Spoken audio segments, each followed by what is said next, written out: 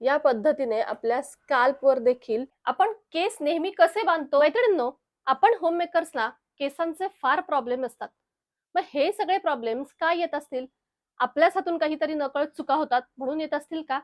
बघूयात तर मग. सगळ्यात पहिली चूक आपली असते ती म्हणजे केस आपले पातळ आहेत की दाट आहेत यावरून आपण ते ठरवतो की ते हेल्दी आहेत की नाहीत. पण हे पूर्णपणे चुकीचं आहे. केस पातळ आहेत म्हणजे ते अनहेल्दी आणि दाट आहेत म्हणजे ते हेल्दी असं अजिबात नाहीये. मग हेल्दी केस म्हणजे काय? तर जे केस मजबूत असतात, ज्यांना नैसर्गिक चमक असते, कमी तुटतात आणि स्काल्प स्वच्छ ठेवणारे असतात, अशा केसांना हेल्दी केस म्हणतात. मग ते पातळ असो किंवा मग दाट असो. आता इतरांचं कशाला, माझंच उदाहरण सांगते मी तुम्हाला. माझा ज्यावेळेस जन्म झाला ना, त्यावेळेस माझ्या डोक्याला अजिबात केस नव्हते. जवळ-जवळ वर्षभर अगदी बारीक लव फक्त माझ्या डोक्यावर होती आणि माझ्या मम्मीला असं वाटायचं, की "अरे बापरे! आता हिला केस येतायत की नाहीत?" तर त्यानंतर मम्मीने देखील माझ्या केसांची खूप काळजी घेतली आणि त्यानंतर मलाही तीच सवय लागली, की केस चांगले होण्यासाठी काय-काय करायला हवं.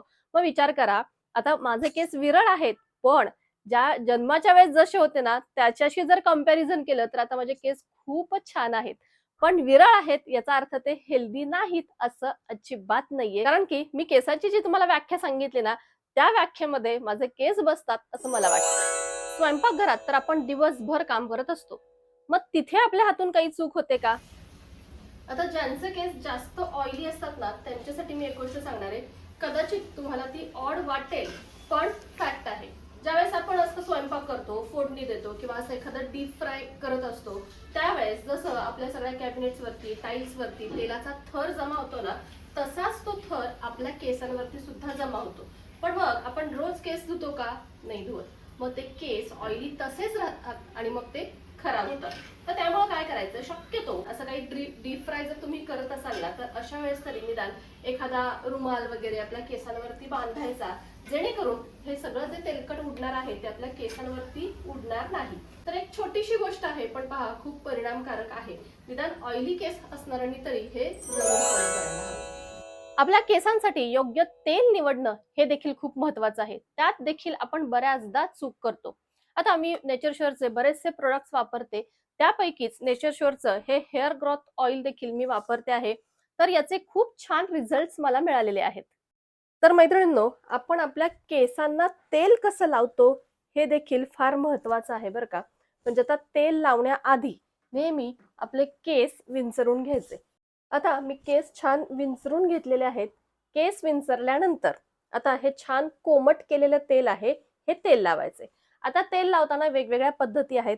एक तर डायरेक्ट बोट बुडवून आपण असं स्काल्पवरती छानपैकी तेल लावू शकतो किंवा कॉटन घ्यायचा, तो याच्यामध्ये डीप करायचा, स्क्वीज करायचा, पिळायचा थोडासा आणि कॉटननी देखील आपण तेल लावू शकतो.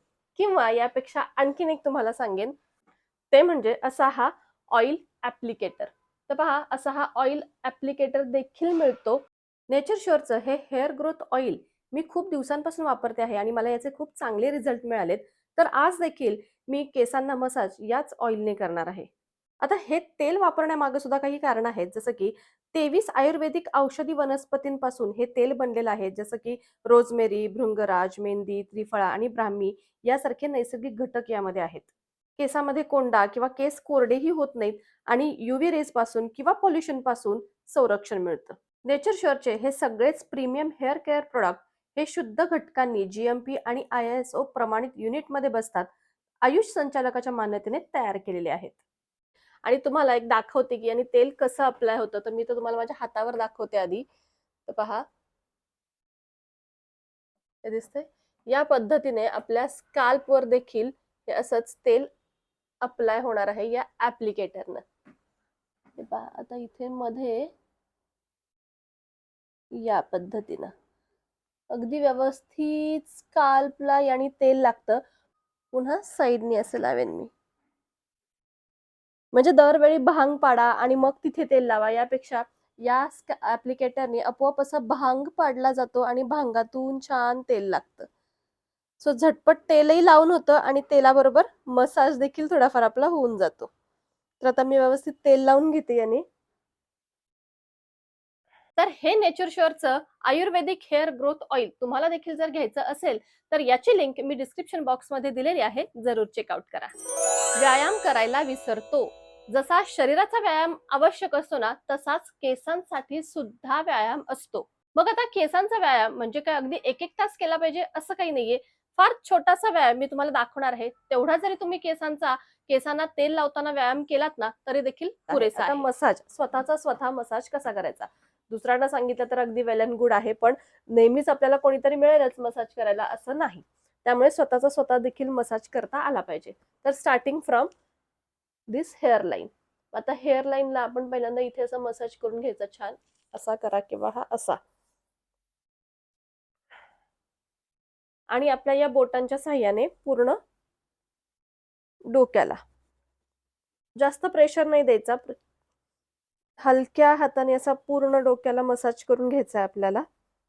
काय करायचं, एक सोपं तुम्हाला सांगते. 2 पार्ट करून घ्यायचे असे केसांचे, आपल्या पार्टिशन करायचं आणि एक साइडचे केस पूर्ण असे गुंडाळून घ्यायचे, थोडेसे टाईट गुंडाळायचे आणि हलक्या हाताने ओढायचे, म्हणजे केसांच्या मुळांना छान व्यायाम होतो. आणि तसंच दुसऱ्या बाजूनेही करायचं. केस असे गुंडाळून घ्यायचे, जास्त ओढ लागणार नाही याची काळजी घ्या. असं हलक्या हाताने ओढायचे. अजून एक पद्धत. आता हे सगळे केस पहा दोन्ही हातामध्ये घेऊन असे वरती डोक्यावर घ्यायचे नाही आणि आपण शॅम्पू लावल्यानंतर कसे केस चोळतो तसे चोळायचे. अगदी हळूवार चोळायचं म्हणजे केस तुटणार नाहीत. आता केस आपले व्यवस्थित सगळ्या बाजूंनी फिरले पाहिजेत. त्यामुळे काय करायचं पहा, असे वेगवेगळ्या बाजूनी केस टाकायचे आणि व्यवस्थित हाताने मसाज करा किंवा अगदी कंगव्याने कोम्बिंग केलं तरीही चालेल. फक्त एकदा लेफ्ट साइडनी, एकदा राईट साइडनी, एकदा मागे, एकदा पुढे अशा पद्धतीने वेगवेगळ्या साइड्सनी तुम्ही जर असं कोम्बिंग केलं ना, तर केसांची मुळं छान स्ट्रॉंग होतात आणि केस गळणं झपाट्याने कमी होतं. तर ज्या वेळेस आपण तेल लावू ना, त्या वेळेस अशा पद्धतीने केसांचा व्यायाम करायचा. आणि आता यानंतर केस बांधून ठेवायचे, पण जास्त टाईट बांधायचे छान नाही. केस 1-2 तास तेल छानपैकी असं मुरून द्यायचं आणि त्यानंतर हेअर वॉश करायचं. केसांसाठी गरम पाणी अजिबात योग्य नाही. नेहमी कोमट पाण्यानेच केस धुवायला हवेत. याचं उत्तम उदाहरण मीच आहे. कारण मी मध्ये 4 वर्ष ला होते आणि तिथे खूप थंडी असायची आणि त्यामुळं काय व्हायचं, की मला गरम पाण्यानेच केस धुवावे लागायचे. कारण एवढ्या थंडीमध्ये फक्त कोमट पाण्याने जर केस धुतले ना, तर पुढे मला सर्दी वगैरे त्याचा त्रास व्हायचा. त्यामुळे मला माहिती होतं, की गरम पाणी चांगलं नाहीये, पण मला ते युजच करावं लागायचं. पण तेवढ्या 4 वर्षामध्ये माझे केस खूप खराब झाले आणि अजून सुद्धा जसे पूर्वी माझे केस होते ना, तसे झालेले नाहीयेत. मी अजूनही त्याच्यावरती आता काम करते आहे. पण तरी बऱ्यापैकी छान झालेले आहेत. पण तिथे मात्र तो 4 वर्षाचा अनुभव मी घेतला. गरम पाण्यामुळे केस खूप खराब होतात.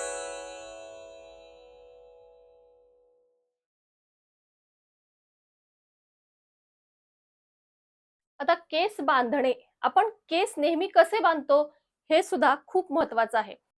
हेअरस्टाईल ही नेहमी वेगवेगळी करायची किंवा एकच क्लिप वापरायची नाही.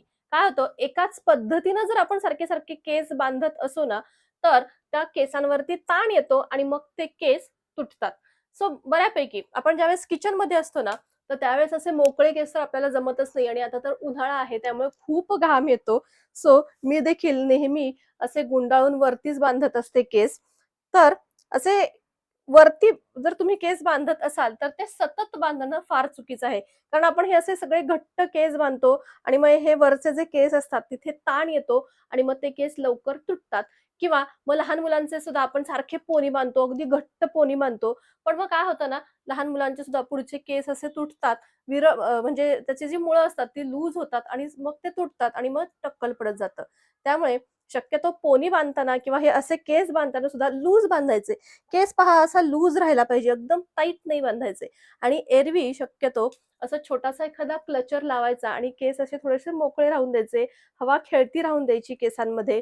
म्हणजे कसं ना, स्काल्पला सुद्धा आपल्या हवा मिळते, आराम मिळतो. मग कोंडा वगैरे होत नाही आणि आपला स्काल्प जास्त खराब होत नाही.